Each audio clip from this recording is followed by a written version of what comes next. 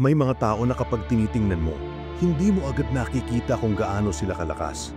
Wala silang malaking katawan, wala silang intimidating presence. Tahimik lang sila. Pero kapag dumating ang panahon ng gulo o hirap, sila ang hindi natitinag. Sila ang hindi nagpapanik. Sila ang hindi bumibigay. Habang ang iba nababasag sa stress, sila nananatiling buo. Habang ang iba takot, sila kalmado. Habang ang iba sumusuko, sila humihinga at tumatayo ulit. Ito ang mental toughness. At karamihan ng tao, wala nito hindi dahil mahina sila, kundi dahil walang nagturo sa kanila kung paano ito buuin. Walang subject na mental resilience, walang manual sa kung paano manatiling malakas habang lahat sa paligid mo bumabagsak. Kaya lumalaki ang karamihan ng reactive, ubos agad sa stress, naghihingalo sa pressure at nabubuhay ng may takot na hindi nila alam kung paano haharapin. 400 taon na ang nakalipas, may isang lalaki na nagpakita kung ano ang tunay na anyo ng mental toughness. Hindi motivational speaker, hindi monk, hindi psychologist. Isa siyang mandirigmang nakipaglaban sa mahigit 60 duels nang hindi natalo. Yun ang buhay ni Miyamoto Musashi. At kung paano niya hinubog ang isip niya, iyon ang magiging gabay mo ngayon. Pero bago ko ituloy, pag-subscribe ka muna sa Path of the Warrior Tagalog. Ang kwentong tulad nito, hindi mo makikita sa basic self-help videos. Ito ay filosofiya, blueprint, at gusto kong maging bahagi ka ng mga lalaking binubuo natin dito. Marami ang nakakakilala sa pangalan ni Musashi, pero halos walang nakakaalam ng pinagdadaanan niya.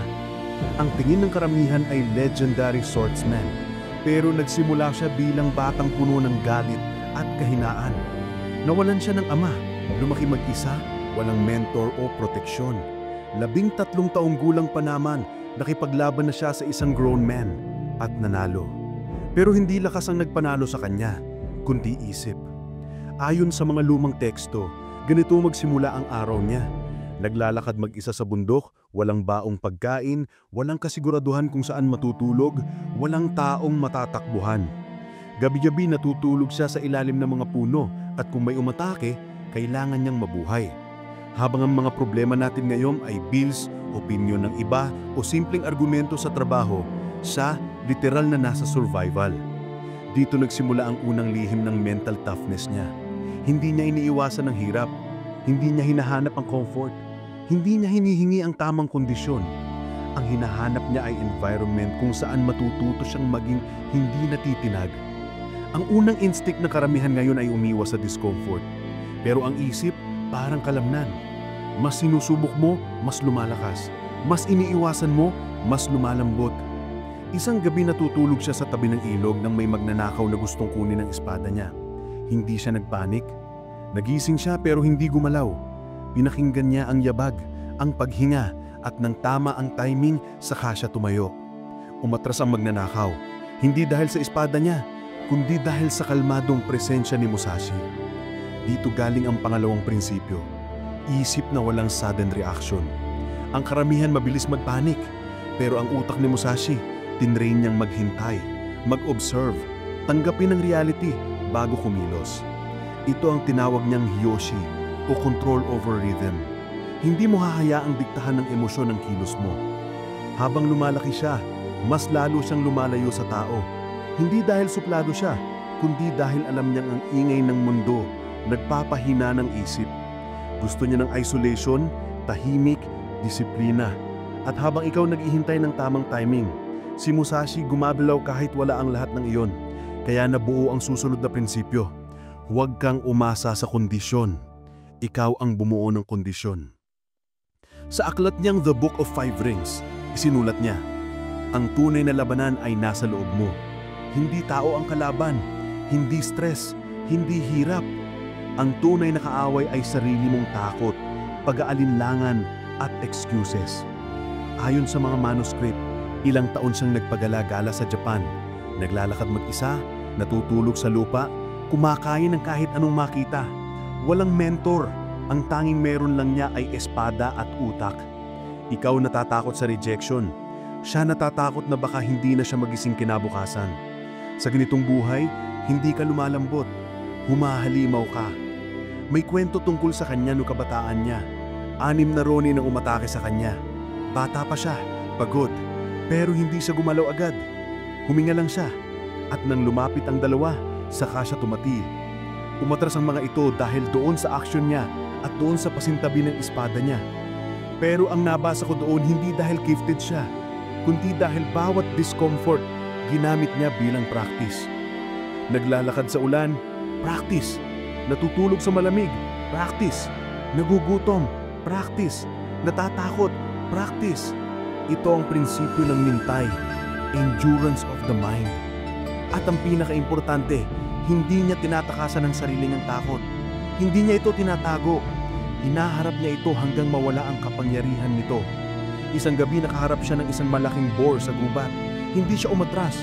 Hinintay niya ang tamang timing, isang strike, tapos. Dito niya nasabi, control your mind and the world cannot control you. Habang lumalakas ang katawan niya, mas lalo niyang ginagamit ang utak niya para hindi mabali ng takot. At ang susunod niyang aral, huwag mong sambahin ang identity mo. Hindi niya sinasabing, ganito lang ako, mahina ako dito, o hindi ko kaya yun. Ang kahinaan para sa kanya ay bagay na dapat patayin, hindi pag-aaruga. Kapag natatakot siya sa isang bagay, hinaharap niya ito. Kapag hindi siya magaling sa isang teknik, inuulit niya ng libu-libong beses. Kapag nagkamali siya, inuulit niya hanggang tama. Kapag napapagod siya, tinatanong niya ang sarili, pagod ba ako o sumusuko? At kapag ang sagot ay sumusuko, bawal. Isang simbolikong bahagi ng buhay niya ang mga duels, hindi tungkol sa pagpatay, kundi pagharap sa sarili niyang utak. Dahil bago pa magsimula ang laban, linggo bago ito, nagsisimula na ang mental battle. Ikaw, kinakabahan sa interview. Siya, kinakabahan dahil baka mamatay. Pero sa halip na kainin siya ng takot, ginagamit niya ito. Kaya ginawa niya ang pinakakilala niyang taktika, pagpapalate ng sobra. Kung ang laban ay alas 9, darating siya pasado alas 10. Hindi dahil mayabang siya, kundi dahil gusto niyang pagurin ng utak ng kalaban. Habang naghihintay ang kalaban, tumataas ang kaba, bumibilis ang heartbeat, napapagod ang isip. Pagdating ni Musashi, siya kalmado. Ang kalaban, pagod na. Iyon ang mental warfare, hindi espada, utak. At sa The Book of Five Rings, isinulat niya, the mind must remain large while the self must remain small. Kapag maliit ang utak mo, lahat ng problema malaki. Kapag malaki ang utak mo, lahat ng problema nagiging manageable. Habang patuloy siyang naglalakbay, napansin niya na kahit gaano katatag ang katawan ng tao, ang isip ang unang bumabagsak. Kaya nag-decide siyang umalis sa mundo. Pumunta siya sa bundok at nanirahan ng ilang taon. Walang kausap, walang laban, walang validation. Bakit? Dahil gusto niyang buuin ang isip na kayang tumahimik kahit mag-isa. Gusto niyang alisin ang dependency sa excitement, drama at noise. Ito ang hindi kayang gawin ng karamihan ngayon. Kahit 10 segundo walang cellphone, nai-stress. Kahit 5 minuto walang background noise, hindi mapakali. Pero si Musashi, gabi-gabi, nakaupo sa ilalim ng puno, pinapakinggan ang paghinga niya, pinapanood ang paggalaw ng hangin. Doon niya natutunan ang malupit na katotohanan, ang isip na takot sa katahimikan, hindi magiging matatag. Dito pumasok ang prinsipyo ng Fudushin, ang immovable mind, ang isip na tumatanggap ng realidad, hindi tinatakasan. Kapag tinatanggap mo ang hirap, gumagaan. Kapag iniiwasan mo, bumibigat. Isang kwento ang sinulat tungkol sa kanya nang bumaba siya mula sa bundok. May isang lasing na mandirigma na tinawag siyang pangit at mahina. Imbis na magalit, tumayo lang siya. Tahimik, walang reaksyon. Ang tumingin ng lasing sa mukha niya, napatigil. Hindi dahil sa espada, kundi dahil nakita niya ang mukha ng taong walang ego. At kapag wala kang ego, walang silang kayang sirain. Ayon kay Musashi, ang taong kontrolado ng ego, kontrolado rin ng mundo. Pero ang taong walang ego, walang nakakakontrol. Dumating ang huling yugto ng buhay niya. Pagod na siya, hindi sa katawan, kundi sa pagpatay, sa pride, sa paghahanap ng rival. Doon niya naisip, wala na akong kailangang patunayan.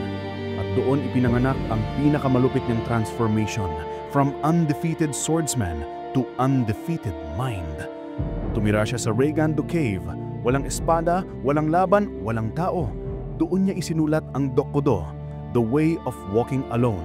21 aral ng mental toughness, hindi motivational, hindi inspirational, brutal. Ilang halimbawa. Huwag kang manghihinyay. Ang regret ay luson, hindi mo kayang baguhin ang nakaraan. Huwag mong ikulong ang sarili mo sa pleasure. Ang taong adik sa comfort, madaling mabali. Huwag mong itali ang sarili mo sa kahit sinong tao. Mahalaga ang koneksyon, pero ang pagdepende, nakakamatay. Huwag mong sambahin ang sarili mong opinyon. Kapag hindi ka marunong makinig, hindi ka marunong matuto. Huwag kang matakot sa kamatayan. Ang tunay na mental toughness ay kayang tanggapin ang uncontrollable. At nang mamatay si Musashi, nakaupo siya. Diretso ang likod, hawak ang staff. Walang takot, walang galit, walang guilt. Isang taong buo hanggang huli. At ngayon, ikaw, hindi mo kailangan ng espada. Hindi mo kailangan ng bundok. Hindi mo kailangan ng duel. Kailangan mo lang ang unang hakbang. Harapin ang discomfort na iniiwasan mo. Kung takot ka sa rejection, humarap ka. Kung takot ka sa hirap, pasukin mo. Kung takot ka sa pagod, tiisin mo. Kung takot ka sa katahimikan, umupo kang ng tahimik. Ang utak, tulad ng kay Musashi, pwedeng sanayin. At kapag sinimulan mo ito ngayon, kahit maliit lang, isang araw, magugulat ka kung gaano kalaki ang nabago sa iyo. Kung gusto mong simulan ng mental toughness journey mo ngayon, mag-subscribe sa Path of the Warrior Tagalog, i-like ang video, at sa comments, isulat, H, handa akong palakasin ang isip ko. Tandaan, hindi ikaw ang dapat matakot sa buhay. Ang buhay ang dapat matakot sa taong marunong kontrolin ang isip niya.